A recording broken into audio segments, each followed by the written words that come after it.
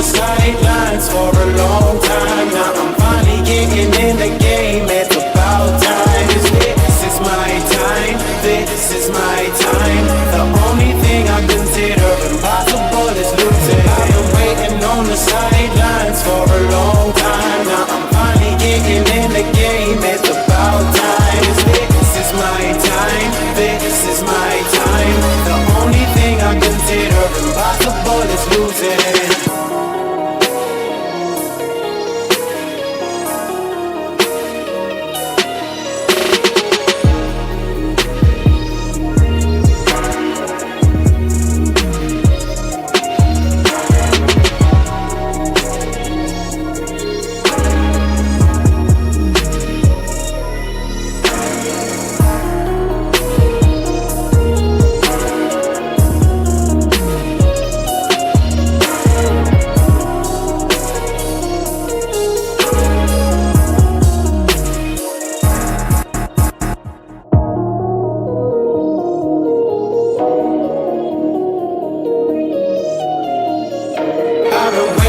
On the sidelines for a long time. Now I'm finally getting in the game. It's about time. This is my time. This is my time. The only thing I consider impossible is losing. I am waiting on the sidelines for a long time. Now I'm finally getting in the game. It's about time. This is my time. This is my time. The only thing I consider impossible is losing.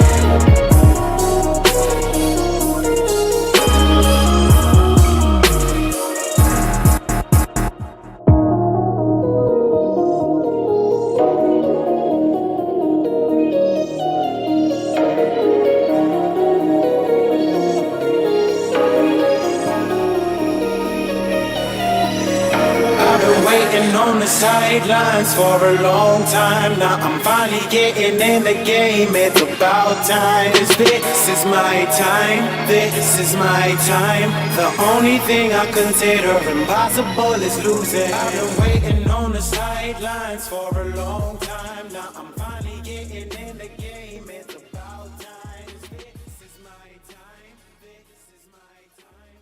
The only thing I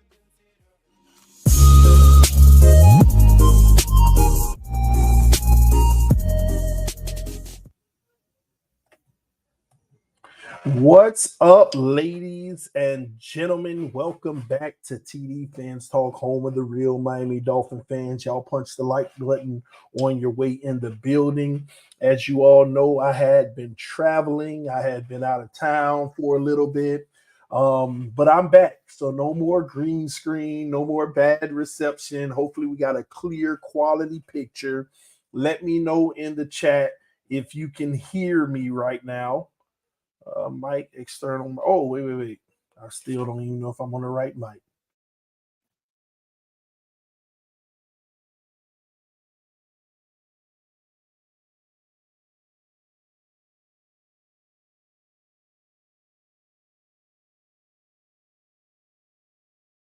Testing. All right. Yeah, Mike, good, TD. Okay, cool. All right, that's what I want to hear. Mike is good. Let me bring this up a little bit.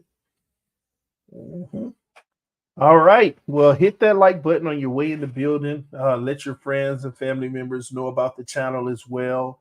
But yeah, man, I'm excited to do this show because it's been a minute. I'm finally back home. I got my good camera quality. Yo, TD, your mic sounds funny. Does it sound funny, ladies and gentlemen? Let me know because I just hooked everything back up, so I might have a little bit of technical difficulty. And if I do, I want to make sure that I straighten that out. So let me know in the chat right now. Does the mic sound funny? All right. just a little. And so Andre said no. The mic sounds like you have no soundproof. Oh, okay. Let me see. Maybe we can fix that. All right. Audio. All right. Echo canceling, reduce background noise.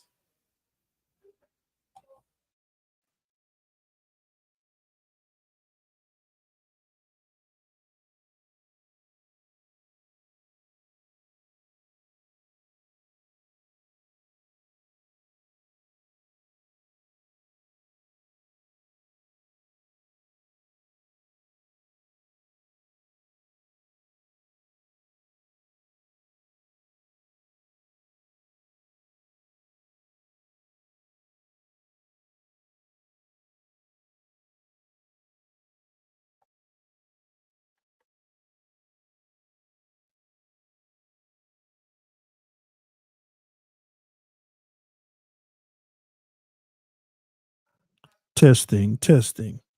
All right, maybe that fixed it. Did that fix it? Yes or no?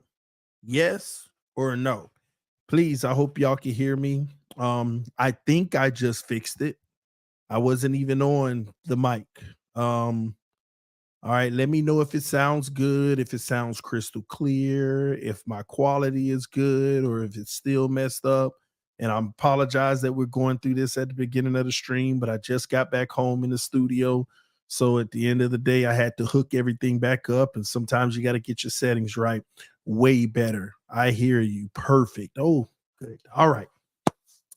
Punch that like button, ladies and gentlemen. Before we start the show, I want you all to know that this stream is being powered by our sponsor, BetUS.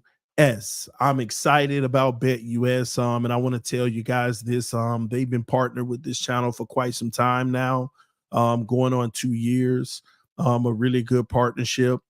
Thanks to you all supporting the sponsor, has always supported the channel. And I always tell you guys, make sure that you gamble responsibly.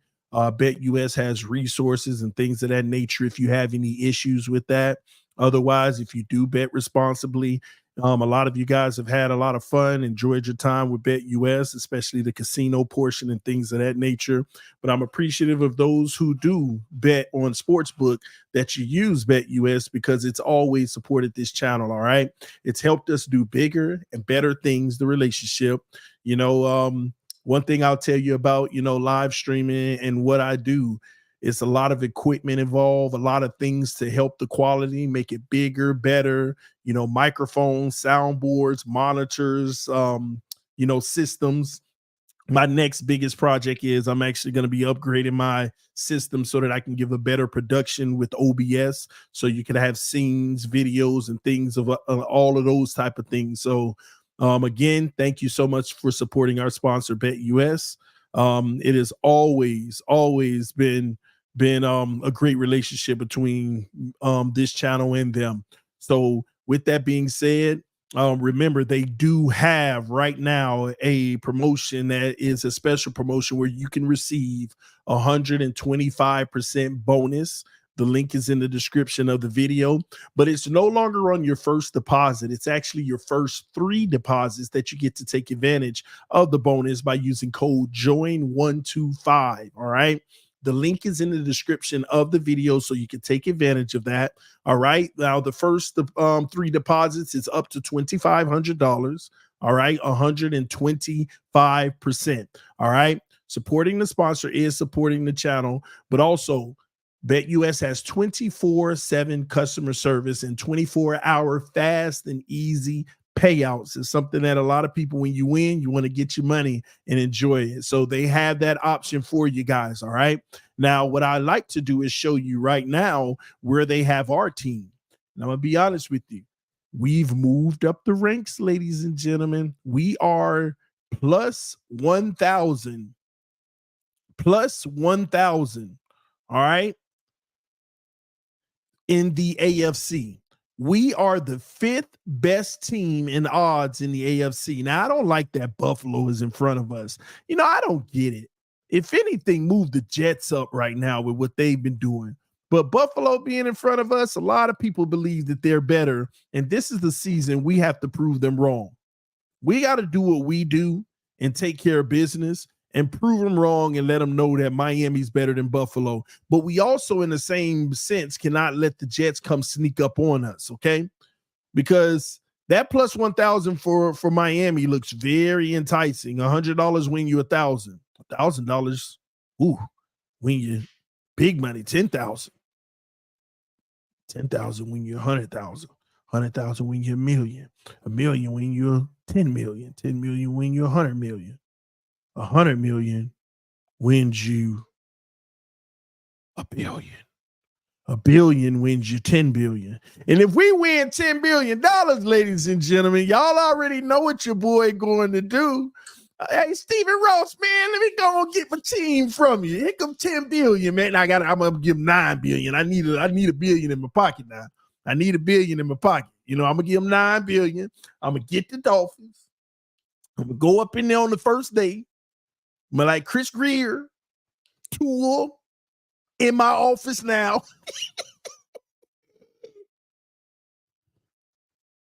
You know what's funny though? If I did buy the Miami Dolphins, I would actually keep Tua. I would tell the whole Dolphin community, okay, I'm keeping Tua, and I'm finna treat this team like a baseball team. I'm signing the best players at every position, right? And I'm gonna stack the contracts to where we got a 1-year window, right? Where I'm backloading everybody money. Okay? I got the best 25 players on the roster and everybody else on the roster minimum, like literally the minimum, okay? And I'm putting everything around Tua, like I mean the best defense, best offense. You got the number 1, number 2 receiver, number 1, number 2 running back. You got, top 3 O-line in the league. I mean, everything. And if we win, we win. Now we're going to suck for the next 10 years to recover. But we win, we win. If we lose, oh, man. Oh, if we lose. Then we got to work through 3 years of paying out contracts, paying minimal players, being the worst team in the league, and continuing to eat them cap hits 2 years at a time. All right, these 10 players make their cap hit, and then 2 years after that, make those hit and cut everybody. But we'll be back in 3 years to start from scratch. But we gonna win. We can win with Tua. You just gotta get everything around him. You gotta have the best of everything around Tua in order to win. All right. So yeah, but as soon as we get to December in the playoffs, out of 60 offensive plays, you got to hand the ball off like 50 times. So but we can win with them if we do that. All right. Best defense in the league. They can't win if they can't score. And, that's why I say run the ball 50 times so Tua don't turn it over in December and January. And we'll win it all. So, hey, man, listen, if anybody want to go try that, put $100 on BetUS on the Dolphins to win it all. Then you win 1,000 and then find another $1,000 odd and keep on going up to 10 billion. And maybe, just maybe, we could buy the Dolphins. All right. But again, supporting our sponsor is supporting the channel, ladies and gentlemen. BetUS. All right. And before we get started tonight, here is a quick word from our sponsor.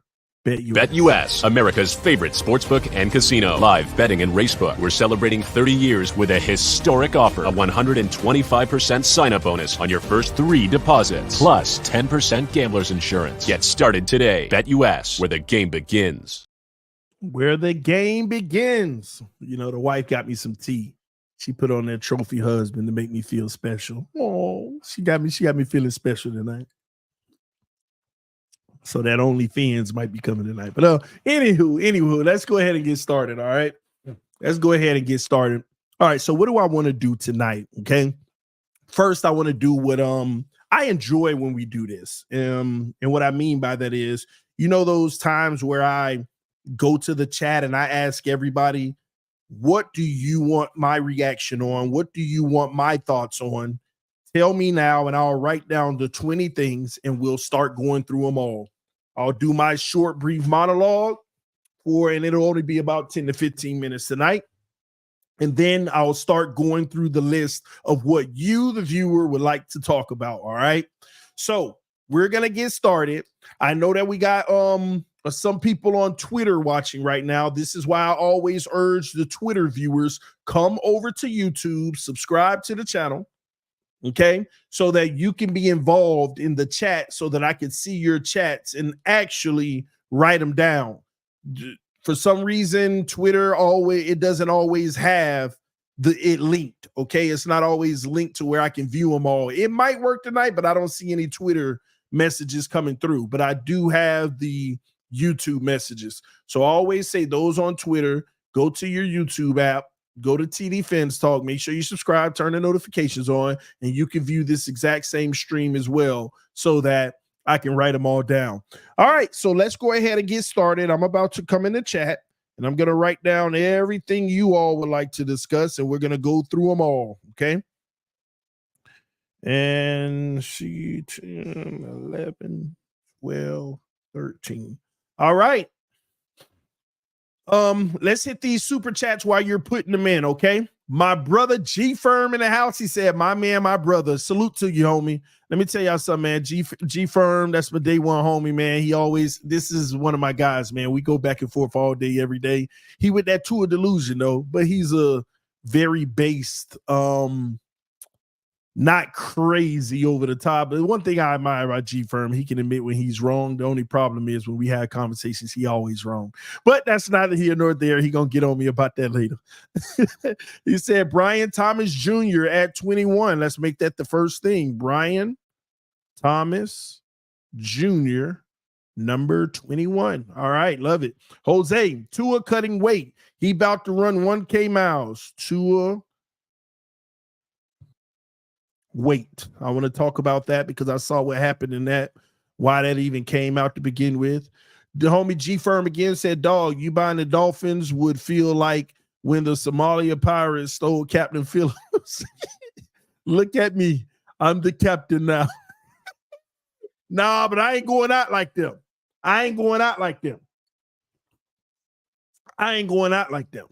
Okay?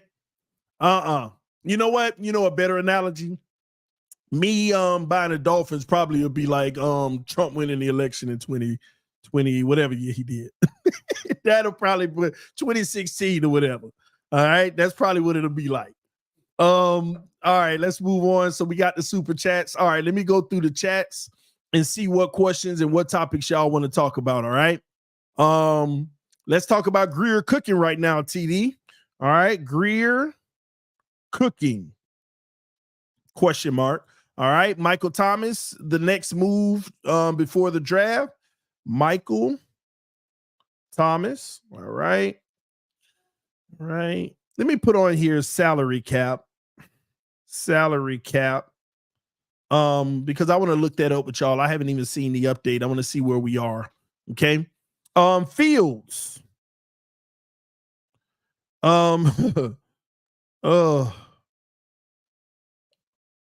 All right, Justin Fields. We'll talk about that. Tua cutting weight, speed, and agility.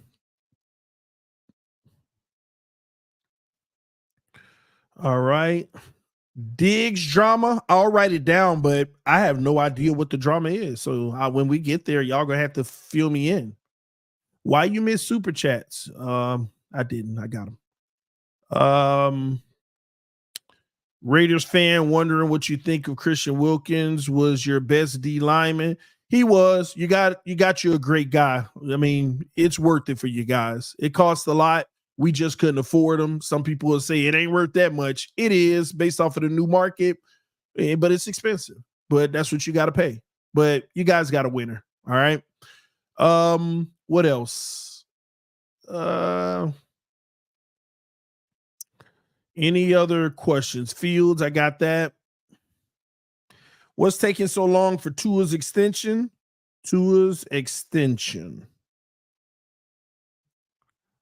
What's taking so long? All right, we'll talk about that. Tyron Smith signing with the Jets, I assume. Tyron Smith, Jets. Okay. Tyreek trade the Jets. Well, we will talk about Tyreek.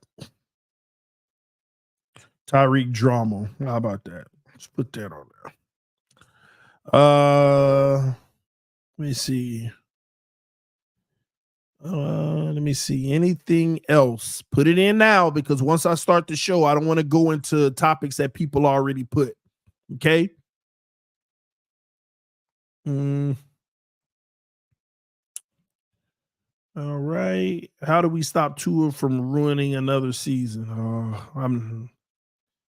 I'll answer that throughout the stream at some point anyway.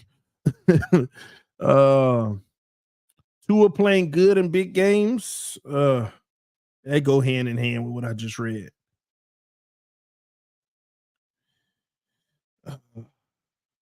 We'll talk about that.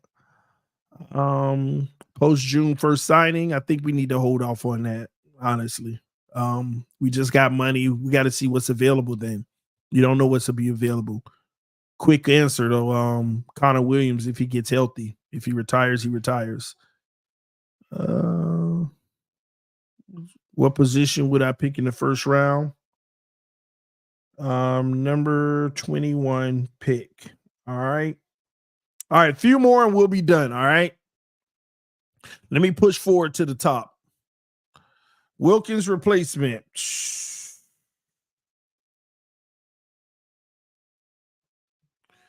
All right. I think we're good there, maybe. Let me see. Okay.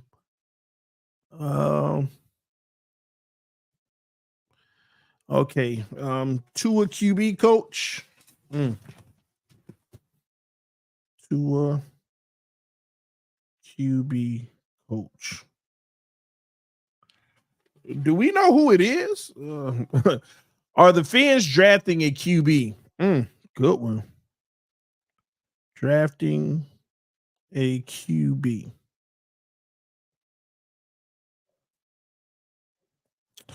All right. Would one playoff win be a failure? I'm going to answer now, yes. Elaborate later. Playoff win be failure. Browns versus Miami. Chief Furman here. Do we play the Browns this year? I don't know if we play the Browns this year. All right. All right. Y'all give me a second. Let me go back to the beginning so we can get started. But hey, before we get started, y'all hit that like button, man. Y'all hit that like button. Punch that like button. Let's see who we got here. All right.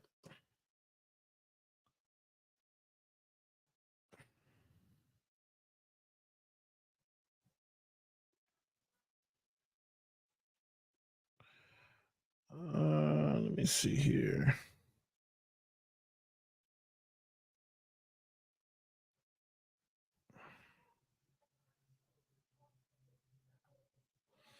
All right, so we're good. Got it. All right, last one. Oh, we played TD. I'm trying to go. Oh, I didn't know that. Interesting. All right. We'll get into it. All right, we got 700 people watching, 450 on YouTube, 227 on Twitter.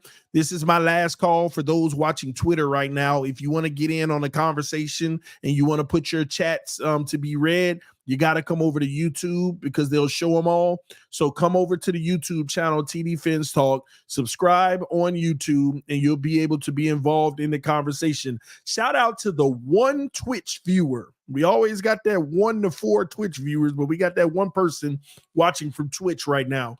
All right, let's go ahead and get started. And I'm going to write this one down as the last one. Wide receiver number 3, question mark. All right. I think we should be good now, okay? All right, let's go ahead and start. So the first question of the night was by the homie G Firm. Brian Thomas Jr., number 21 LSU wide receiver. If you send a super chat, I will get to it. I promise you. We're just going to let them stack up a little bit. All right. Because I don't want to, I want to go through a few of the questions and then I want to hit some super chats. Few questions hit super chats. All right. If you got something important to say, because while I'm going through these, I'm not going to be reading the chat. So put it in a super chat and I'll hit it when the time permits. All right. All right. Again, 700 people watching on the Sunday night. I'm grateful. I'm thankful. I love y'all. I appreciate y'all. Thank y'all so much for the love and support as always. Gosh, man, I'm ready to start these questions, but y'all leading me to this. So y'all just give me 2 minutes. I just want to say this, man. I was reflecting last week. I didn't stream much. Shout out to Juan Demand on Twitch. I see you. I was reflecting last week and I was sitting back and I was talking to my wife and I was just saying, God, how, we were talking about how God has blessed us and, turned our life to a lot of fortunate things. A lot of blessings have been in our life. When we start talking about a lot of the reasons why, and one of the things that struck to me is that, I'm so I openly proclaim and let you know that I love God. I love Jesus. He forgave me for my sins. And I practice my religion and, in my journey spiritually, right? And we were just sitting back talking about how God has blessed even this platform every year. The growth has been ridiculous. And some of y'all may have not have seen it. But God blesses us every year and it's always bigger than the last. And we're humble enough to realize that it could all be taken away tomorrow, but we'll still keep pushing on because we know the devil is real and we're going to thank God anyway. So, I say all that to say this. I'm grateful and I thank God that a lot of you guys rock with me. Like tonight is humbling, right? Channels, they have their up and downs, but like a night like tonight, I got 700 people looking at me right now. About ready to talk about the Dolphins and my thoughts and my opinions. And it's a blessing. It really is. And I'm grateful for every single one of you guys. I know we argue sometimes. I know I come at some of y'all sometimes. And I know I ain't perfect. And I know sometimes some of y'all really don't like me and you can't stand me.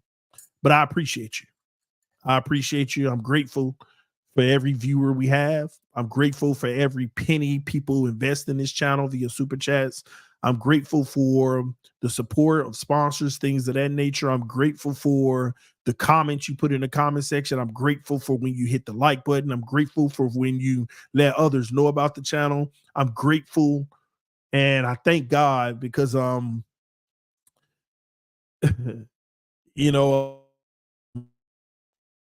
the beginning and God got a lot in store for me. But I'm just humble. And I'm thankful. And I'm gonna tell you, I'm a confident person. I'm a very confident person. A lot of people think I'm cocky, but I'm confident, right?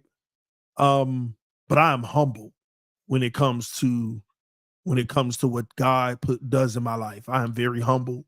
In a moment like tonight, I'm telling y'all don't understand what's going on in me right now. Like a moment like tonight, I didn't stream much last week. I'm on the road. I don't have good internet. I don't have that. I'm just trying to get through. I don't stream in the last 2 days with all the stuff going on.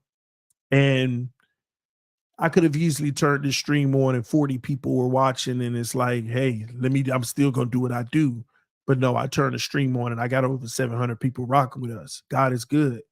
And, he's allowed me to take this part of my life and transition it out of corporate America, out of my other businesses that took so much. And he allowed me to do something that I love and I enjoy and I embrace and do this for a living. And when I say I do it for a living, I say it humbly because everybody watching right now, y'all allow me to do this for a living and provide for my family and my kids and all the things they need every day, all the time. I got 6 babies. Y'all know that. All right. So I'm just grateful, thankful, appreciate you guys. Thank you for rocking with me. It's always going to be up and downs, but God is good. That's it. Let's get in. Let's go. Hit that like button. Put your 100s in the chat. I want everybody to put your 100s in the chat. Put your 100s in the chat. 100s in the chat, and let's get started. Bro, can you get started? Yeah, I got you, John. All right, let's do it. All right, so Brian Thomas Jr., number 21. If I'm not mistaken, I'm not very familiar with Brian Thomas Jr., but I believe he's the wide receiver out of LSU, one of the top prospects at the position. This is a loaded wide receiver draft. G-Firm wants us to get Brian Thomas Jr. at number 21. Now, I'm going to be honest with you, G-Firm, I'm all for it. I like a move like that at 21. Here's the thing, though. Miami has to go through and look at what they need to prioritize for the future. We have to think about the future. Why do I like Brian Thomas Jr. at number 21? Because he would come in to be our number 3 receiver as a rookie, not too much on his plate, but he could start day one. And we need to start thinking about our replacement for Tyreek Hill, because Tua's going to need the best of the best weapons. He's going to need Waddle to step up when Tyreek's gone, and a guy to step up to fill Waddle's shoes. And it's going to be hard. The truth of the matter is the odds of replacing Tyreek Hill are slim to none, but you have to be able to supplement that however you possibly can.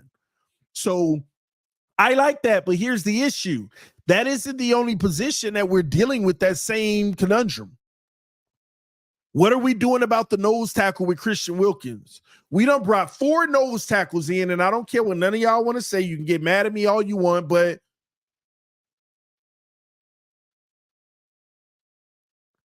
none of them close. And let me tell you something that you better be concerned about with Chris Grier. Let me tell y'all what you better be concerned about. We brought in a nose tackle. I said, oh, man, this guy ain't no good. TD, you tripping. That's just Raekwon's replacement. All right. You bring in another one. Oh, my gosh, he even worse. Bro, that's just depth in the camp body. You know, if we bring in another, it'll be, it ain't going to be Christian Wilkins, but it'll be way better.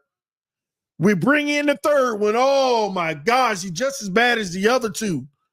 Bro, that's Raekwon's replacement. They're going to fight for Raekwon's replacement. The next guy we get, he bring in the fourth one. Oh, all of them, all 4 of them. And then they stop saying Raekwon replacement. Like, bro, you tripping. Some of these guys with Anthony Weaver might bloom. Stop. Leave me alone with that crap. Right now, stop this potential stuff.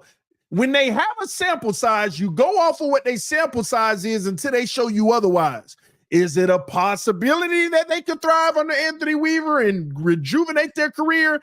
Yes, there is a possibility. But I tell y'all on this channel all the time, I operate off of probability versus possibility. Probability gives you a better indication of what someone is going to be, not possibility. Because possibility, anything is possible. But how likely is it? That's probability. Okay. And when you look at all of these guys in the NFL and their track record, every single one of them's probability is low. All of their probabilities are very low. Not, he got a little potential in his probability. No, they're all low. So we're talking about Brian Thomas Jr. at number 21. The only way to save this situation might be a number 21 nose tackle, defensive tackle. Or is there somebody else left in free agency you're trying to pick up that's solid, at least solid? I know we're not going to get Christian Wilkins. You ain't even going to get close to Christian Wilkins, but we need solid. And can we get solid? In free agency, you done already invested in 4 of them. What, you gonna get a 5th? So I'm looking at no defensive tackle in the draft. I'm looking at it in the draft. So the highest probability in the draft is that you're going to get a defensive tackle either at 21. You might even move up a few spots to get one, or you move down and pick up an extra pick and get one. But I'm looking at defensive tackle as the number 1 priority. The number 2 priority might be a left tackle for the future, because just like the Tyreek situation, we know the writing is on the wall with Teron Armstead. And speaking of Teron Armstead, let me add him on here, because we need to talk about the contract. The restructure, by the way, we need to talk about that. Okay. So big issue right now. You definitely need a defensive tackle, a starting caliber defensive tackle. Right now, you need a left guard. Those are the 2 guys that you absolutely need. And if you go second tier on this, then you go wide receiver. If you go second tier on this, then you go cornerback, because you're getting guys on 1-year deals. Then you go left tackle. So first tier guys, I'm looking at a defensive tackle or offensive lineman early.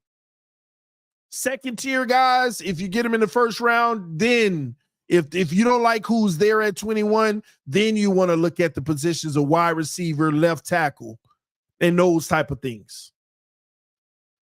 All right. So that's where I'm at with that. Okay. All right. Number 2. Tua is reported to be getting ready to cut weight, improve his speed and agility perform his trainer, Nick Hicks. Okay. All right. A lot of you saw that as a highlight, a title. You saw that as a news story that came out a few days ago. Per Nick Hicks, Tua is expected. That wasn't an interview. That wasn't a situation where Nick Hicks was in front of a camera or being interviewed by anyone and said, well, here's the plan for Tua, and explained it. What happened that a lot of people don't know, which is crazy, everybody's going off of the headline thinking that it's an interview and he voluntarily offered that information. But here's what actually happened in that situation. Somebody was being negative about Tua, down talking Tua, giving their opinion.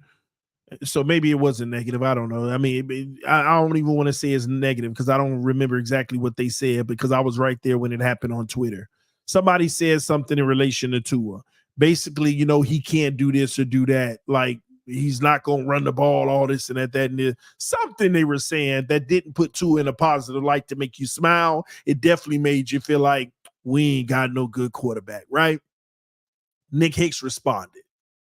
He actually responded as something that was like, we're going to be working, Tua will be cutting weight and we'll be working on his speed and agility, just chill or something like that.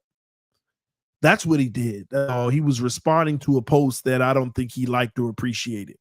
He was basically saying, chill out. He'll be cutting weight this year and we'll be working on his speed and agility.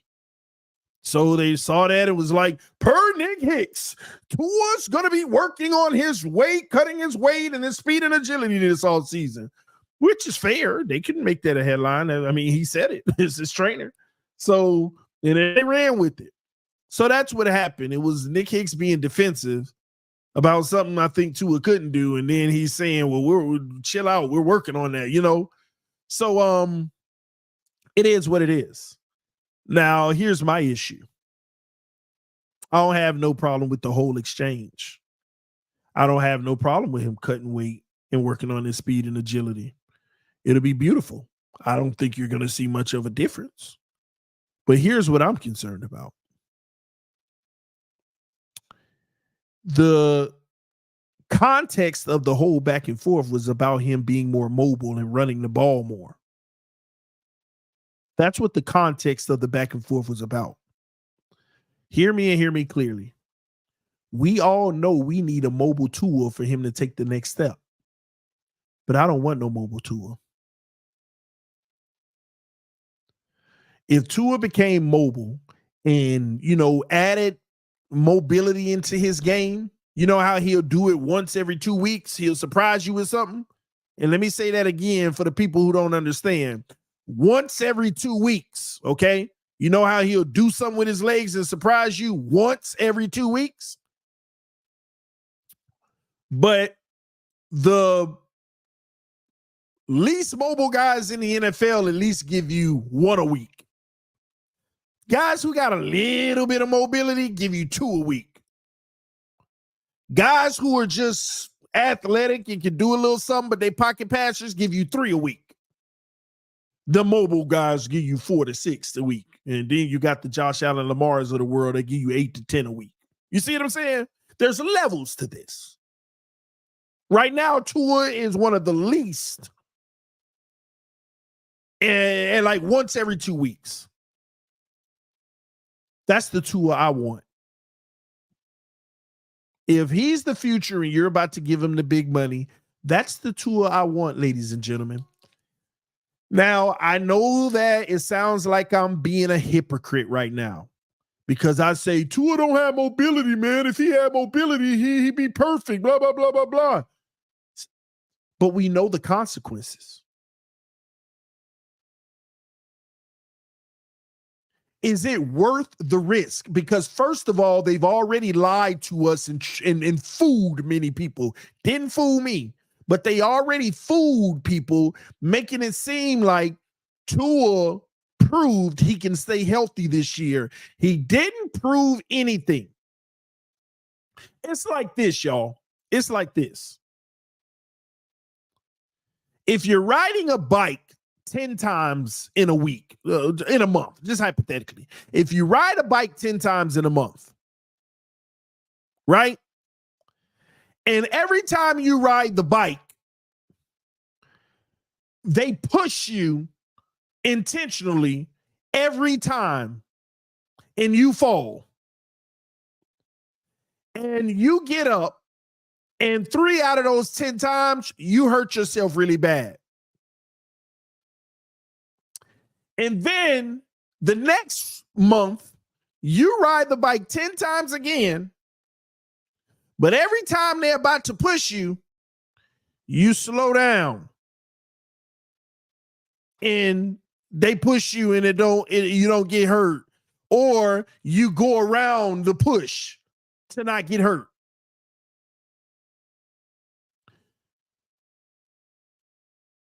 So you don't fall 10 times, you fall 6 times.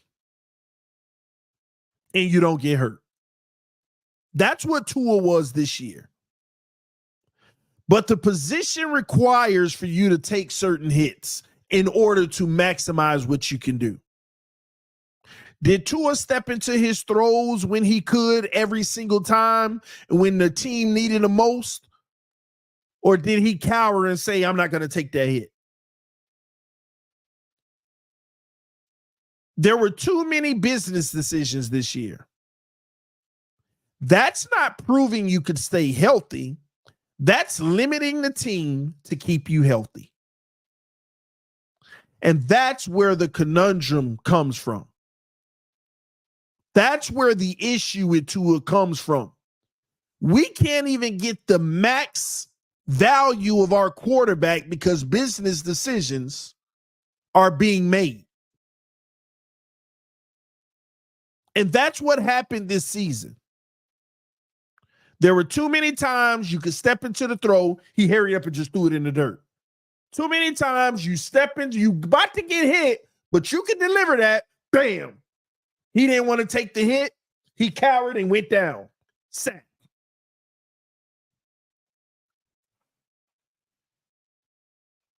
That's an issue. But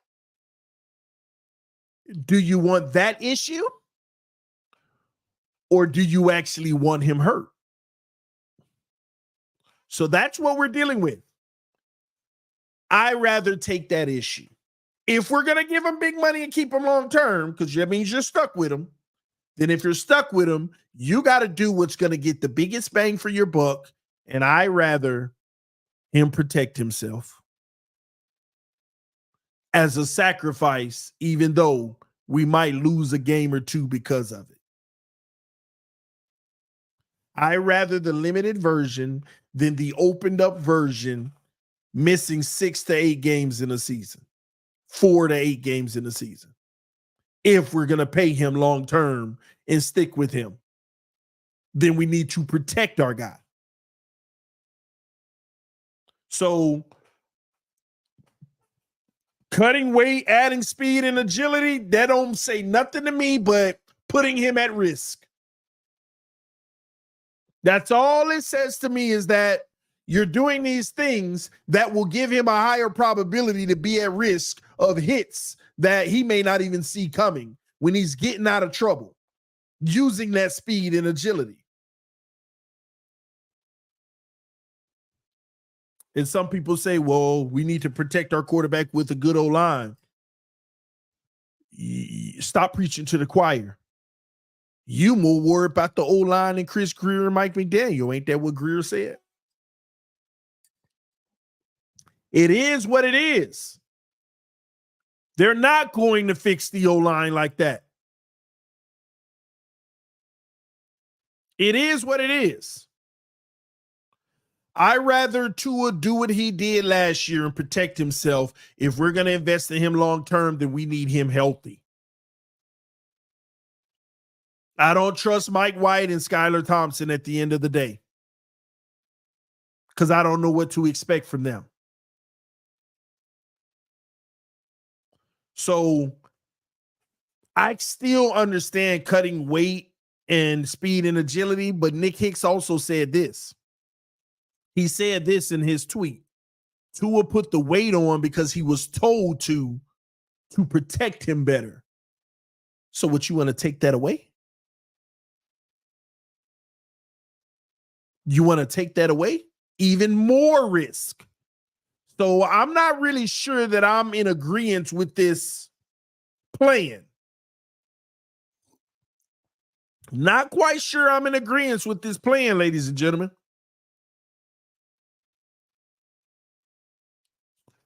That's my take on that, but time will tell. That's what training is for.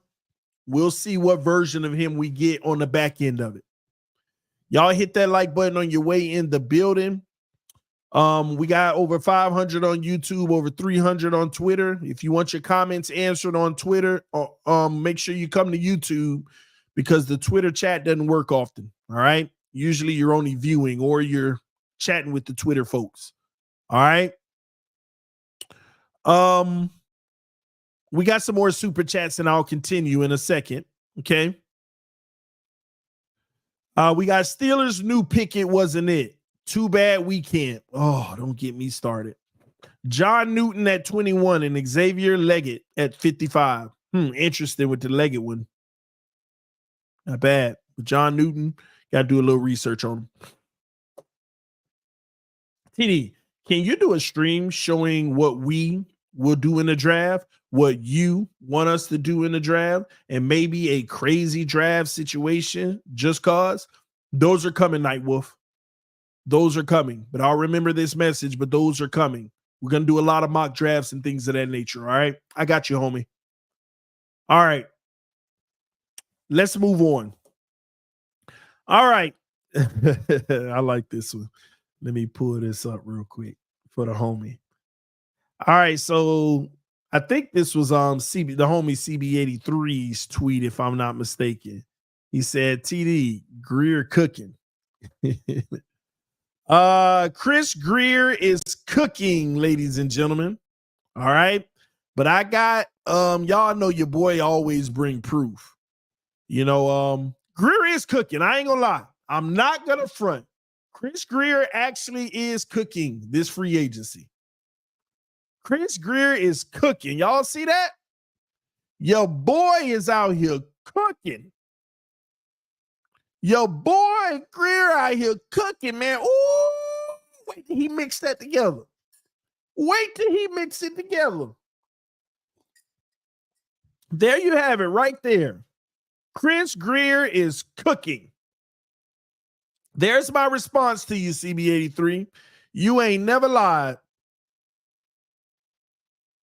Add some raisins in that boy. Turn the heat up. Put a little bit of milk. Dried up oatmeal. You know? Yeah. That's how you do it. Some Spam. Some Vienna sausages with some sardines. Uh-huh. That's what I'm talking about. Sprinkle a little bit of lime juice on top. Garnish it with some parsley, and we eating. We eating.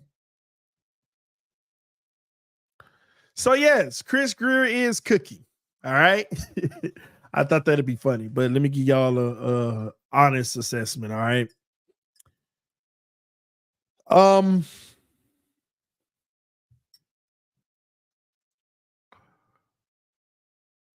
Chris Greer is confusing me right now.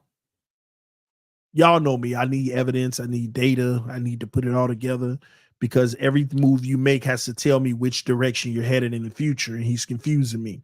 Let me tell you why. The moves he made are for now and for the future. So I'm trying to figure out, it's like for the first time he's doing the right thing. But the right thing is scary. And I'll explain to you. So let me be clear before I go into this elaborate explanation to help y'all understand what I'm saying. He's actually doing the right thing right now. I'm actually shocked that he's being disciplined to do the right thing right now. But then I'm also going to explain to you why it's confusing, okay? So first of all, the reason why he's doing the right thing right now is because all of these moves are a precursor to get out of financial trouble. That's why a whole bunch of them 1 and 2 year deals. And a few 3-year deals, but when you look at the guarantees, it's still a 1-year deal. Because Chris Greer, in my opinion, plans to get out of a lot of these deals next year. And just to save cap money, because a lot of these guys are going to try to put their cap numbers on the front end. He just ain't do it yet because he's also waiting on that post June 1st money to kick in as well. Greer is bringing in okay players that can help us. That's a weird way to say help us because we're downgrading this year, but it's a roster that can still win while saving money and getting the books a little bit in order. So I like that, to be honest with you, for the long term. The problem is right now, it's not good, y'all. Yeah, we're still going to compete this year. We still could win a Super Bowl this year with this roster. But you got to look at what you need to happen in order to win a Super Bowl this year. You need to not have the injury bug really bad. You're going to have an injury bug. Every team does, but not really bad. Like last year was really bad, right? You're still going to lose a few key guys, but just hopefully not as bad this year. You also need Tua Tagovailoa to take a whole new level where there's a little carrying involved. And the wild card of it all is Anthony Weaver. What can he do with the defense that's definitely going to be taking a hit?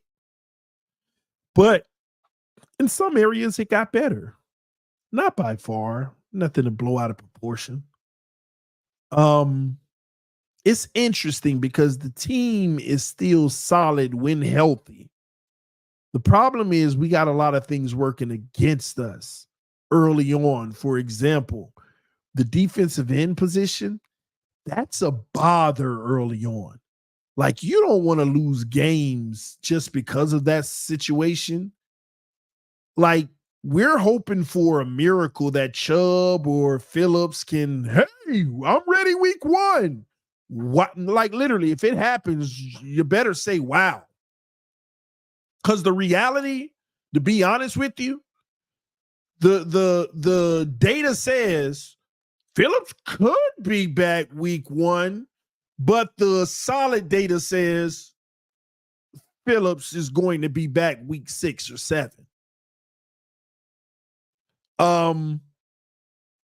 But you've seen guys accelerate their process, rehab it quickly, but it increases the probability of re-aggravating, tweaking it again, or just bam, messing it up again. You're out a whole nother season. And there's decisions that have to be made. What many of y'all don't realize, this happened to Nick Needham. Nick Needham came back and tweaked something in camp. And what I thought, he was coming back a little early than he should. Tweaked something in camp and kept him sidelined even longer. Luckily, it was just a tweak. So I think that is concerning. We did bring in a solid replacement with Barrett, and that's solid. Not great, but it is solid. You can't ask for much. All you can ask for is solid, okay? And this is why people need to understand, even though it ain't a home run, but it is solid as a backup. It's better than Ogba, tell you that much. But I'm really concerned early in the season at that position primarily. And then on top of that, who's replacing Christian Wilkins? Do not end up with Zeller and one of these four guys we brought in starting at the beginning of the season with two defensive ends out, your big boys, your big time players. That's a recipe for disaster. I'm going to tell you now, even with Shaq. That's a recipe for disaster. We got to get us a tackle. And even if you do get one in the first round, we got to see what that guy end up being. We got to hope we hit. So that area is a concern for me. Okay. T. Rich said it's by committee. I get it. I get it. But you know what I mean? It still ain't going to be like this lockdown thing.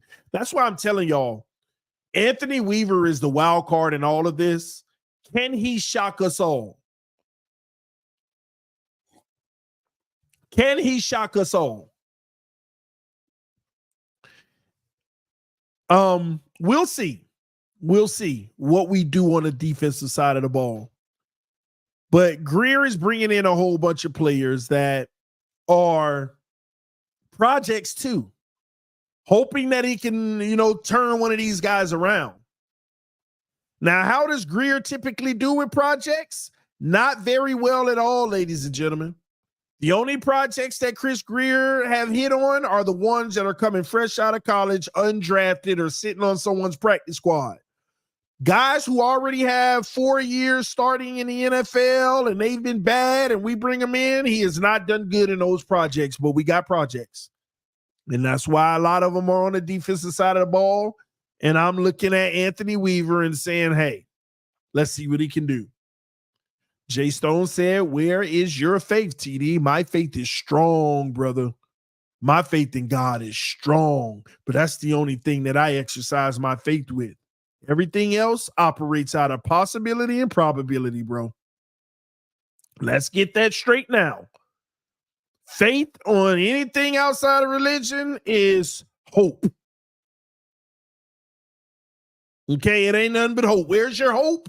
My hope is within the last 24 years. That's where it is scattered every year. 2000, 2001, you can find some of my hope. 2002, you can find some of my hope.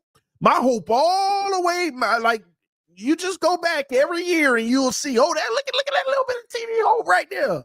Oh, look at that little hope. 2013, he had a lot of hope. Oh, 2020, 2021, he ain't had much hope, but I see a little glimpse over there. My hope is spread out between the last 24 years. That's where my hope at. And I'm going to be honest with you. The tank ain't that full over here. The tank ain't that full. But I got some left. And I spread it out every year. I just try to operate. I just don't want to live in a world of delusion no more. Let me tell you something. Doing what I do, it's exhausting when you hope and it don't turn out. Because you put so much energy in just hoping, and then the disappointment is also pain. It's pain. And I'm going to tell you this. There was probably like a 3-month, I've been doing this going on 6 years now. In a few months, like 3 months from now, I'll be hitting my 6-month mark doing this channel. And with it, 6 year mark, not 6 months. I'll hit my 6 year mark, right? And I'm gonna be honest with you. About 3 or 4 years ago, there was a 3-month period where I gave a lot of hope, but I realized I was lying. And then I start selling it. Then I start feeling fake. I start feeling like people were looking at me to be the hope. When all is going bad, I'm telling them why we're going to be able to do it. Let me tell you why we're going to make the playoffs. Let me tell you why Tua might actually turn it around this time. Let me tell you why I ain't believing myself. I was lying. I told y'all this. We had this conversation before. Because everybody keep looking for me to be the positive guy, to affirm what they want to hear. And anytime I would give a glimpse of telling the truth, people hated it. I'm done with you. I can't deal with you no more. You're just negative. And I was like, hey, I got to get the people what they want. And for about 3 months, man, and I ain't gonna lie, people loved it, man. I mean, trust me, that lying fake hope, it sells. It sells. It's the biggest seller out here. I'm telling you, if I kept lying to y'all 3-4 years ago, if I wouldn't have did it for 3 months and stopped, if I would have just kept going, I have 100,000 subs right now. It'd be crazy. We have 3,000 people on this stream right now. You know why? I'll be telling y'all last year. Let me tell you what I be telling you, because it's easy to lie. It's easy to just make stuff up and make it seem like everything is all good. The only reason we got derailed last year was because of injuries. The only reason. Tua was cooking until the injuries came.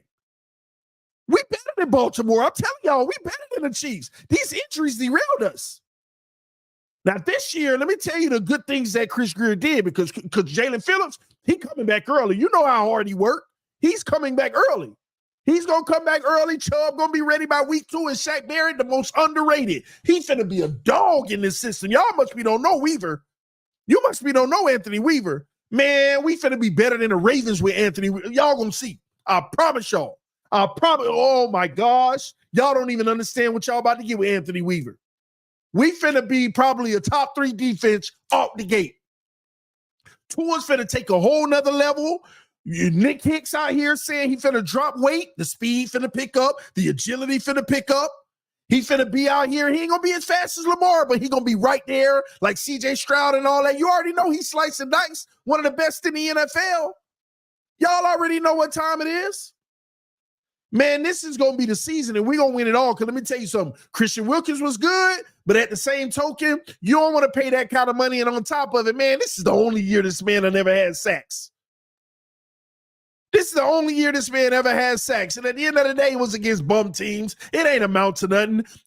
Trust me, we save money by moving on for Christian Wilkins, and we're going to be better for it. And y'all may not see it now, but we also going to have the money to sign Tua, keep a franchise Hall of Fame future quarterback in the house.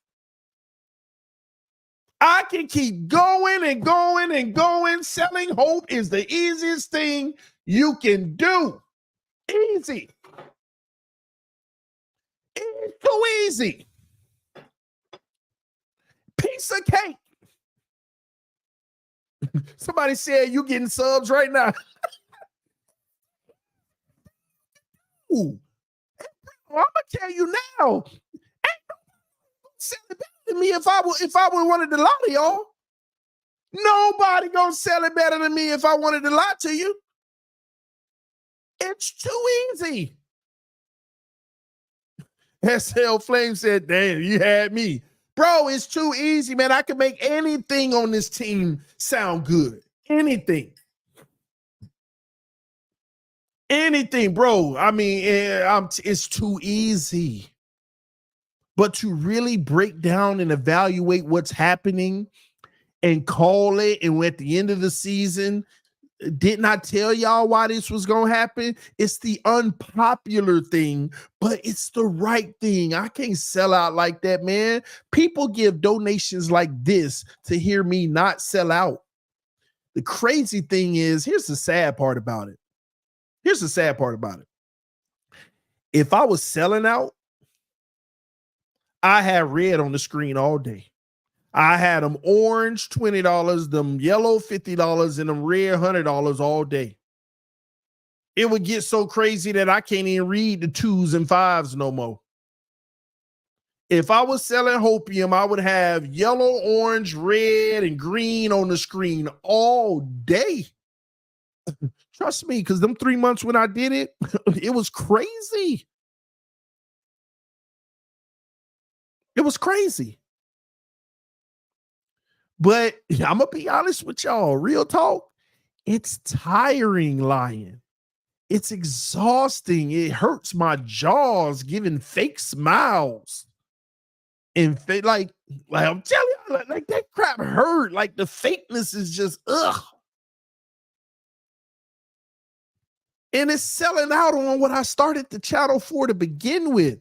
The reason why I started the channel to begin with, because I always wonder, why is it every year the beat writers and all these articles are selling hope, but the end result is opposite of what they always say? And I buy it up every year what they sell to us. As a fan, I was buying it up, but it never ended up that way. Never ended up that way. So I said, let me dive in to see what's going on myself. And the first 2 years was just pure contradiction. This is what I found. Well, you think you know better than a beat writer? I'm just saying, I took the time to do my own research. What a beat writer know that I don't? Well, they go to practices. All right, well, let me start going to practice. They in the locker room. Well, aren't we reading everything they get in the locker room? Until Omar Kelly recently said he'll hear something somebody says in the locker room knowing it's a lie and he won't even write it, which I think ain't cool. You got to write everything everybody say because we can't determine whether it's a lie or not. And if it is a lie, document it. But that's neither here nor there. But anyway, I start going to practice. So I start showing y'all what I've been seeing. Anyway, long story short, man, it's too easy. I could sell the hope. I can have the faith, but it's just, come on, bro. You'll know. I can almost guarantee you the moment you hear me being hopeful with the hopium and stuff like that, that means we really got something. We really got something, and I truly believe it. Now, that still don't mean I won't be wrong, but I would at least feel it and believe it with the moves we made and this and that. Kind of like what we're doing now, but there's some big underlying issues that could derail us this year. I'm just worried about the early part of the season. I'm also worried about the late part of the season because of our history, right? The December, January woes. You're always worried about that. But now I'm worried about the early part only because I'm worried about that defensive front. So time will tell. We'll see. Let me read these super chats and then we'll move on, okay? All right, the homie, I am a Bob Chu said, ATD, I just realized that they split the O-line to see the field. But when they don't, it gets off fast. Skyler stood in, hit, and the ball to wide receivers. Yeah. But they ain't even trying to hear the Skylar Thompson conversation. They ain't even trying to hear it. All right. Shout out to you again with the huge donation for the 100. He said, we listen to you. You got real others are fighting between others. Keep doing what you do. Salute to you on that, brother, because I see the fighting out here, but I made a decision about a year ago. I ain't getting involved in none of that stuff no more. I'm just going to distance myself from those that are negative. And basically out here competing to try to, take each other down, and I'm going to keep on just delivering content. It ain't that serious. It's too much opportunity out here for everybody, for people to be out here fighting. So for people to be out here fighting. And hey, I get it. I get it because I used to think that was the way to do it. No. Yeah. At this point, them broke problems to me. So appreciate you for supporting your boy, showing love, and thank you, brother. Always appreciate it, man. Salute to you. You always been rocking with us, man. I appreciate you, bro. Shout out to the homie Vic. Every time I see his name, man, that's my brother. He said, hey, TD, hope everyone in the fam as well. Fins up. Yes, sir. Always, man. Love you guys. Love you guys. Tell a wife we appreciate all she does, man. And thank her so much for her service to her community. All right. All right, man. Let's move on. All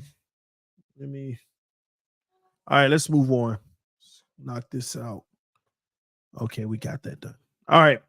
So Greer cooking. Like I said, I like what he's doing, but I'm concerned about the now because I feel like as a collective group with great coaching, we could still be potent this year with the group of guys that we brought in so far. But I'm always skeptical when there's question marks. Remember, this is the first year of Anthony Weaver's system coming in. Are these guys even what he likes? Are they executing it well? What's the learning curve? What you gonna do with Tyndall and Cam Smith? It's a lot going on. So got to keep our eyes open and just see it. I can't wait for training camp. We'll see what we see on the field, how they look, and I'll tell you. I'll report it. All right? All right, let's keep it moving, all right? Michael Thomas. Everybody keep talking about Michael Thomas. Why y'all talk about Michael Thomas? Why y'all keep talking about Michael Thomas? How much Michael Thomas going to cost? He might be cheap. If he cheap, then go get him. If he $2 million, if he $3 million, go get him as the wide receiver 3. If he $4 million, go get him as a wide receiver 3. But how much Michael Thomas going to cost? How much he going to cost, ladies and gentlemen? Huh? So once you come to the realization of how much he going to cost, why y'all keep talking about him? Just saying. Right? I don't waste my time talking about Michael Thomas. Unless he's taking some type of team-friendly deal or whatever. Okay, Michael Thomas, yay, good job. But I'll say this, and I ain't trying to knock on Tua, but let's be honest. This is actually a knock on McDaniel. It's going to sound like a knock on Tua, but it's a knock on Mike McDaniel, okay? Why do we care about a wide receiver 3 and 4? If it ain't the first read anyway, or the second, sometimes, it doesn't matter. Like to be honest, does it matter? Everybody else going to get their 1 or 2 targets a game, but the rest of them guys going to get their 7 to 10. Why does it matter anyway? Oh, if somebody get hurt. Oh, okay, that makes sense. Yeah, then I get it. But how much can you invest in a position? You can only invest but so much in a position. So that's just fine. That's a little solid number 3. Braxton Berrios comes back as the number 4. We just need to, and maybe it's a rookie. Maybe it is Brian Thomas Jr. at 21. I don't know, but let's just we can't tie up that kind of money. And isn't he? I mean, he may want more than a 1-year deal. Chris Greer in the business of 1-2-year deals right now. 3 possible, but again, a guarantee is only 2 at the max. He want to be able to get off these contracts next year if necessary, because we got to pay some other guys. So this Michael Thomas stuff, it sounds good, but y'all know. All right. Oh, I didn't have this pulled up. Y'all gotta forgive me. Let's go to over the cap. Let's just see what our salary cap is. I want to see what our cap situation is right now, real quick. All right, I'm pulling it up, guys. All right. Are we still dead last? We're dead last with $3 million. At least that's what it says as of right now.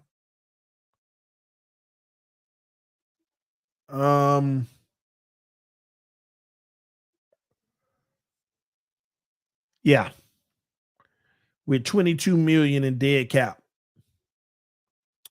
Somebody was just saying the other day, we only got like $7 million in dead cap. Do you want to know why it's at 22 right now? You want to know why it's at 22? Because these restructures. People just don't understand contracts. Right now, it says the Dolphins will be $58 million cap space next season. But they don't understand the cap. When the season is over, it'll be back to negative. Because the contracts that you'll be signing will take up a lot of that.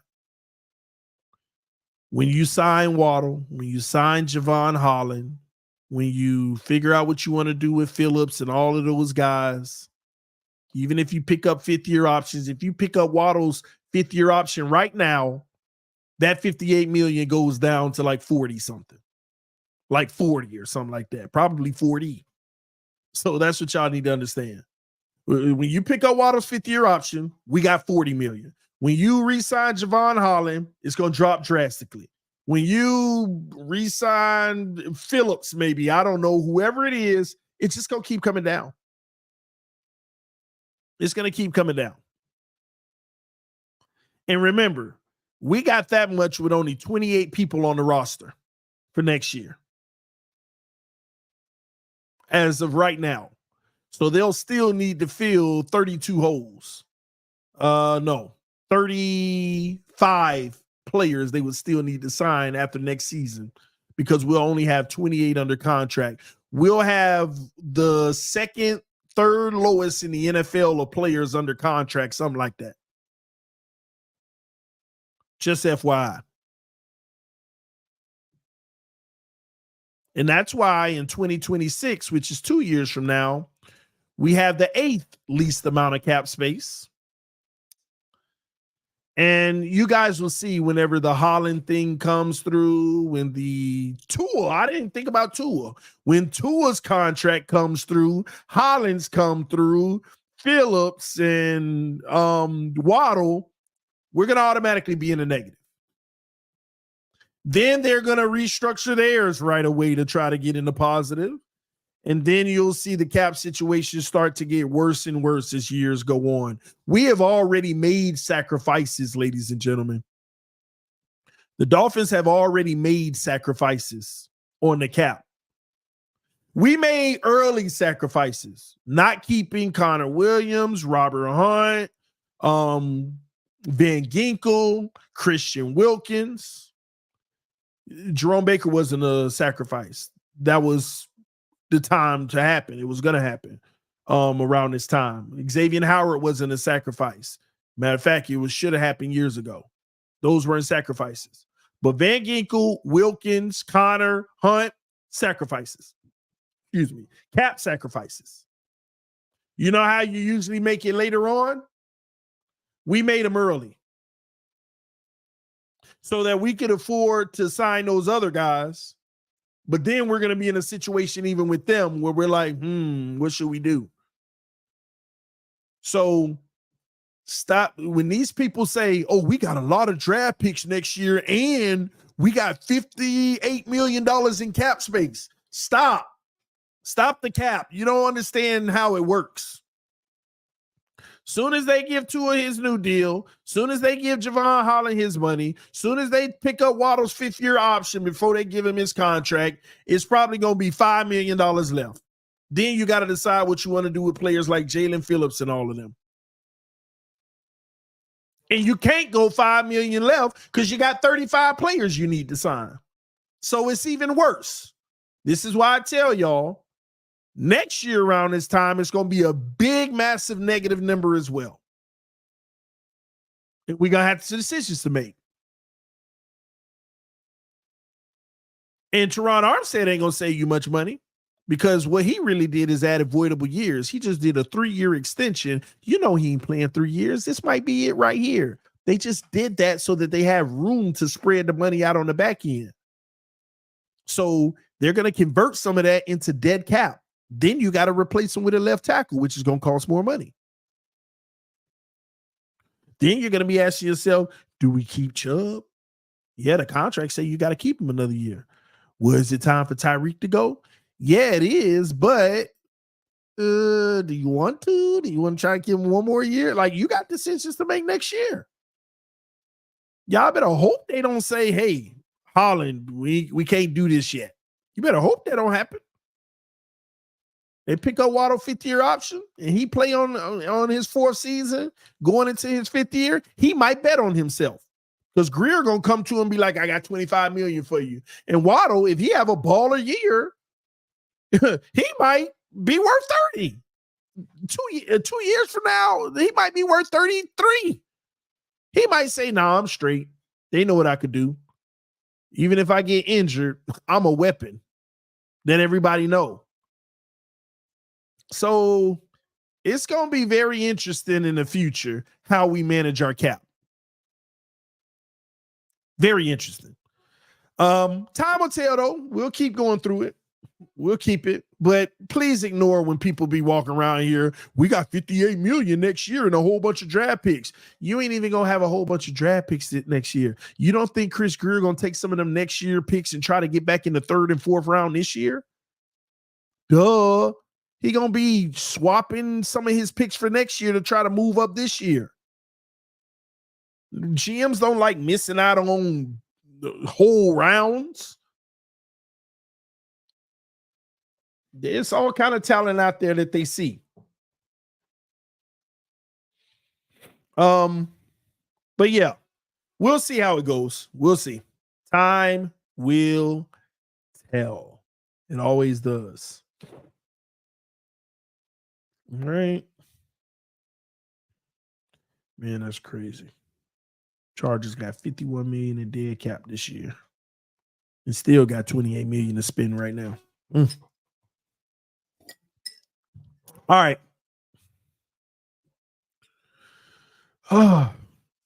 You cannot trade those compensation picks till the end of the season. Yeah, of course. That's why you can trade your own picks, the picks that you have next year, because you know you're getting a comp pick. They're not gonna, if they know they're gonna get a 3rd for Christian Wilkins, they could trade their own 3rd for next year into this year. That's how it works.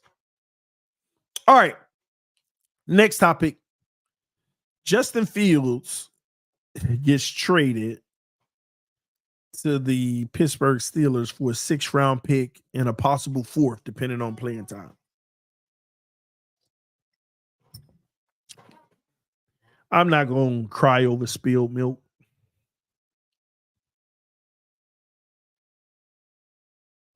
And I saw y'all hitting me up. TD, they traded Fields. What's your thoughts? Let me tell y'all something, man. This is where I don't like Chris Greer. A 6th round pick. I'm all this time in. Send a 2nd over and have insurance. A 6th round pick. Possible 4 on playing time.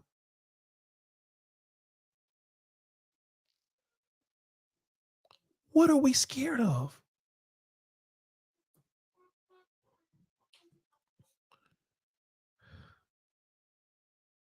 Like, what's the big deal? What you scared of?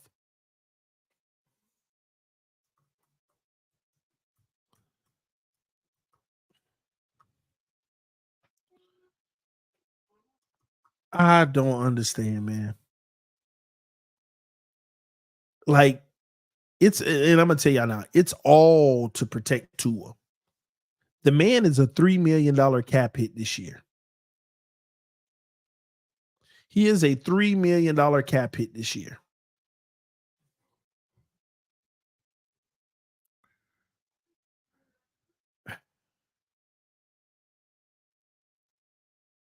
Pittsburgh is going to take a $3.2 million cap hit. And you around here, what, you got Mike White on a $5 million or something like that? 4 or 5 million? Gunner, it's not that no team wanted Fields. They just didn't want to give up their assets. They didn't want to give up big assets for him. That's all that is.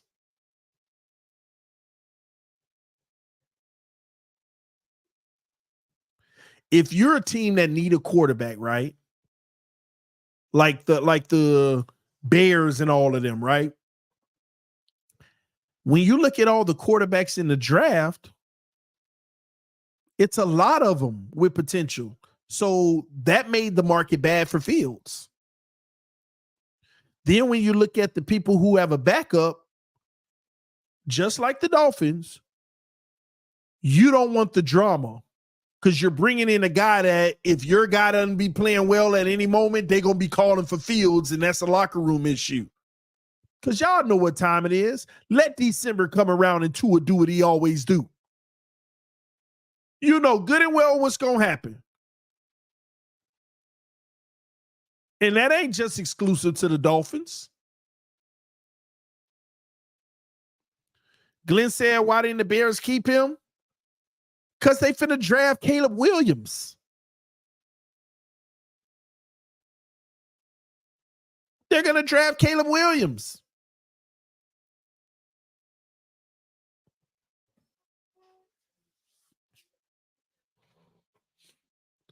Just because they don't think Fields is as good as Caleb Williams doesn't mean Fields still ain't a dynamic weapon. It doesn't mean he's not good, Glenn. What if Patrick Mahomes was everything advertised?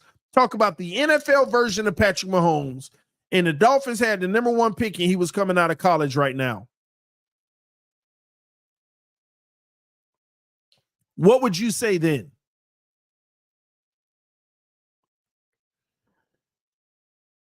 What would you say if you looked at Patrick Mahomes fresh out of college the way you look at him now, and he was coming out of college and the Dolphins had the number 1 pick? What would you do, Glenn? Glenn, quarterback. He could be that, bro. That's what they say about Lamar. That's what they say about Lamar. But Lamar keep on dusting us.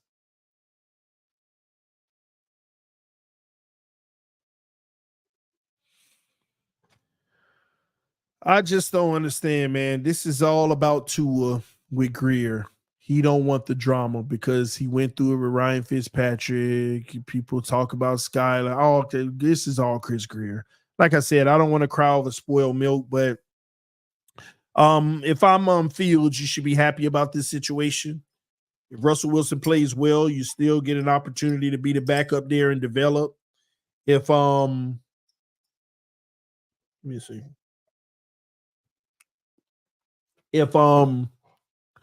If he doesn't play well, you'll get an opportunity to play. If he gets hurt, you get an opportunity to play on a team that has your back because they got one of the best defenses every year in the league.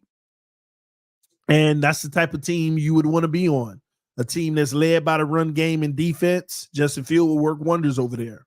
So if Russ was to get hurt or not playing well and Justin Fields got an opportunity, he got a chance to show something and maybe find a home. Because I'm going to tell you now, you see how Pittsburgh rattle their little 10, 11 wins off every year and nobody notices, but they do. That defense holds it down. Any bit of competent quarterback play or you get great quarterback play from a running standpoint, you got Baltimore all over again. You got Baltimore all over again. So, yeah, we'll see.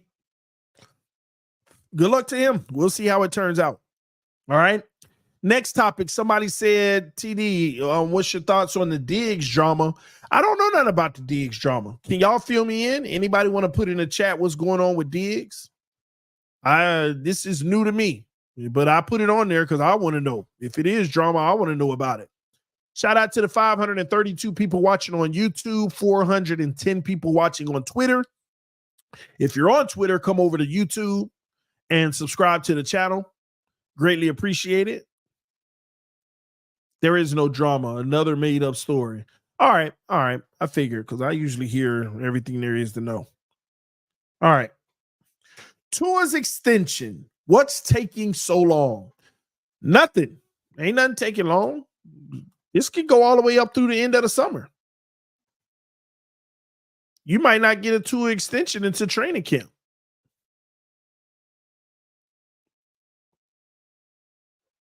Chris Greer told you, these things take a while. So they'll be talking, they'll be negotiating, they'll be working out the particulars. Greer come with all the stops. I think what it is, it's a process of elimination. Greer puts everything in a contract, injury outs and all kind of stuff. The agent comes back, nah, what's up with this? And they go back and forth about that, then that. I mean, I think when a GM gives a agent a contract, he know there's 50 things in it that ain't going to end up in there, but he got to start there to protect the team. And they go back and forth in all kind of ways. Now, it would be in Tua's best interest to get something done as soon as possible. I'm going to tell you, I'm going to be honest with y'all. Let me knock on wood because I don't wish injury on nobody, but Tua terrifies me from an injury standpoint. Guys that get injured. And the one thing I don't want, it's just, and let me knock on wood again. It's always that, I let me put it like this. I will never forget when Tannehill got hurt in non-contact in practice. I'll never forget that. I'll never forget that. It was the non-contact. Remember, he tweaked it again? Non-contact. I ain't talking about the first one. But when he was ready to come back and all of a sudden he just tweaked it again, non-contact, that's one of the things that just terrify me for every quarterback in the NFL, those things. And I'm just like, man, Tua better get a deal done sooner than later. Training camp, OTAs, all that stuff. Man, scary. Scary for Tua. But one thing that's scary though too, for me, I'm not gonna lie to y'all. I'm just gonna give y'all my honest truth. When they give Tua this contract, I got a bad feeling about it. I'm not even talking about playing like a bum. I already know he ain't gonna hold up. I already know 2 years down the line, everything ain't gonna be here. I already know what to expect. Okay, I already know. He's still gonna be comparable. He's still gonna be all right. But I already know it ain't gonna amount to nothing. Okay, my opinion. But man, I'm terrified. I really am. As soon as they give him that money, it's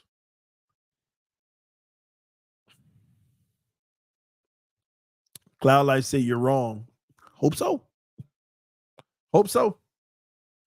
But the extension is not taking long. It's not taking long at all. It's just they take time. They take time. All right. Tyron Smith to the Jets.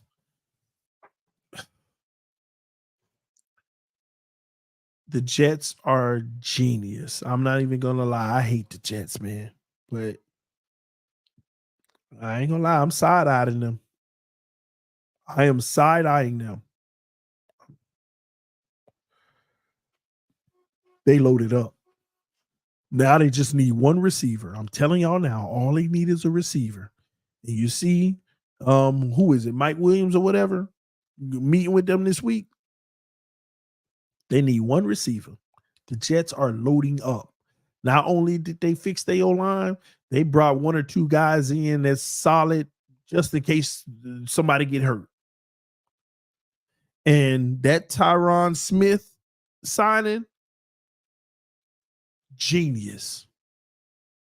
Genius. I don't want to hear nothing about no Tyron Smith injuries. The man making $5 million and the rest of his $15 million or whatever are all gain-based. They're all incentive-based on him playing. That is the biggest steal. If we could have got Teron Armstead for $3 million and said every game you play, you get $1 million, we would have had a steal. But no, we're going to go ahead and give him a straight up $12 million a year or whatever, $13 a year or something.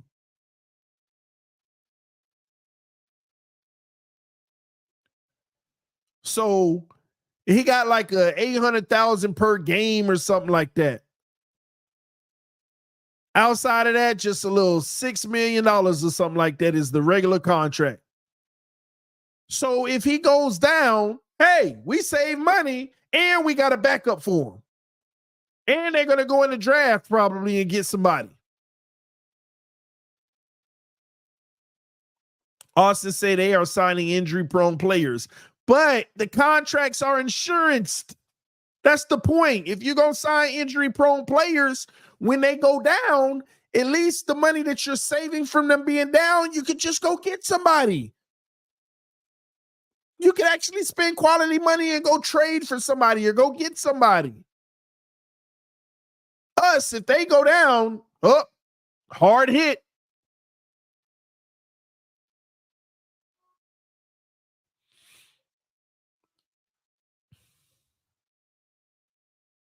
He is an injury-prone guy. So he probably ain't going to play all the games. Not good for them. But at least they built his contract so that, hey, if he goes down, we got money to spend. We can make a trade and bring in a quality player on a non-playoff team or something. They got themselves an out. They got themselves an out. And some of y'all need to stop this mess in the chat. Oh, you're being positive about the Jets, but not the Dolphins. They got a banged up, injury prone player. Not good for them. Let me repeat that. But if he get hurt, they got themselves an out. The contract can save them tons to go trade or something for a good player, not bring somebody off the couch. Same thing as the Dolphins. The injury prone guy, not a good thing for us. But we don't go get the out. Now, if they would have just signed him for $20 million with no out, oh, you already know. You're going to get 8 games, 10 games, and then he done. They screwed like we are with Armstead. But they got an out. $6 million contract with like $13 million in game incentives. So don't compare, you being positive about him, but not us. No, that's the difference.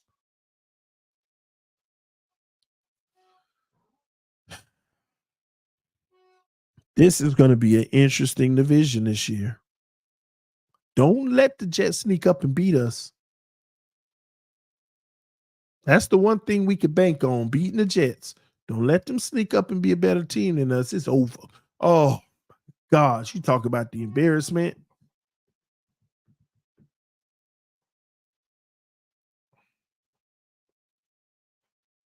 I'm hoping this year we get over the Buffalo hump. Because I hope that Poyer and those guys, they could bring a little something that could help us. They could tell us some few things that can really help us. But I'm telling you, look out for this Jets move. All right, next topic. Tyreek Hill drama. Y'all give me a second. The wife calling. Want to make sure the wife all right. Give me a second.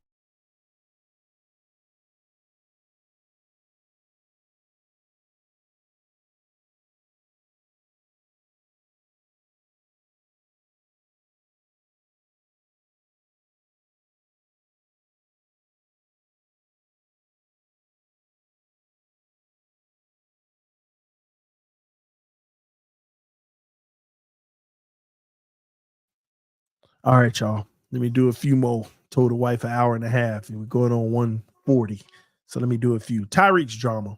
The police report came out or something like that, the police were called at Tyreek's house. The whole post-nuptial, it looks like, just to give you a brief scenario of what's going on. Tyreek came home, I guess, tried to have his wife sign a post-nuptial agreement. Basically, if they were to separate, she get nothing, something like that. I don't know the details. That's just me speculating right there. But that's typically what a post-nuptial is, agreement, whatever the agreement is. And she basically told him to kick rocks. They got into an argument. Basically he threw a cigar in her face or something like that. She say he mushed her with the cigar in her face. He say he threw it at her. He didn't mush her with it or something like that. But no arrests, blah, blah, blah. News that happened in January. That's what the report is. Police were called to his house. That's what happened in the report. Just more Tyreek Hill minor drama. And this happened, I guess, the same day of the whole divorce filing thing and all that crap. Just all kind of just the typical Tyreek once a month drama. All right. Nothing to see there. No, I don't think anything's gonna come of it. Just letting you know what's going on. They're trying to put all that up. Ain't no suspension. Ain't gonna be no suspension. He ain't even have no get arrested or nothing like that. Ain't gonna be no suspension. Again, in today's world, it got to be, from a domestic standpoint, it got to be something pretty bad or egregious for the league to really try to step in and do something about. All right. He literally assaulted a man in the arena and there was no consequences. So at the end of the day, it is what it is. All right. That's it on the Tyreek stuff. All right. Next up. Matter of fact, let's stop right there. Let's stop right there. We'll hit the rest of it tomorrow morning. Yeah, it'll give me some stuff to talk about for tomorrow morning. All right. All right. So we had over 900 people on the stream. I'm appreciative of that. Thank you guys for tuning in to TD Fans Talk, home of the real Miami Dolphin fans. Hit that like button on your way out. We're about to get out of here. Again, this stream is being powered by BetUS. Receive a 125% bonus on your first 3 deposits. Link in the description of the video. 24/7 customer service, 10% gambler's insurance, and 24-hour fast, easy payouts, ladies and gentlemen. All right. Again, thank you so much for tuning in. Before we get out of here, one last word from our sponsors, but I will see you guys tomorrow. Thanks for tuning in. Subscribe if you're new. Love y'all. Appreciate y'all. Fans up no matter what. Peace. I am out. Love y'all. BetUS. Get in the game. BetUS, America's favorite sportsbook and casino. Live betting and racebook. We're celebrating 30 years with a historic offer. A 125% sign-up bonus on your first 3 deposits. Plus 10% gambler's insurance. Get started today. BetUS, where the game begins.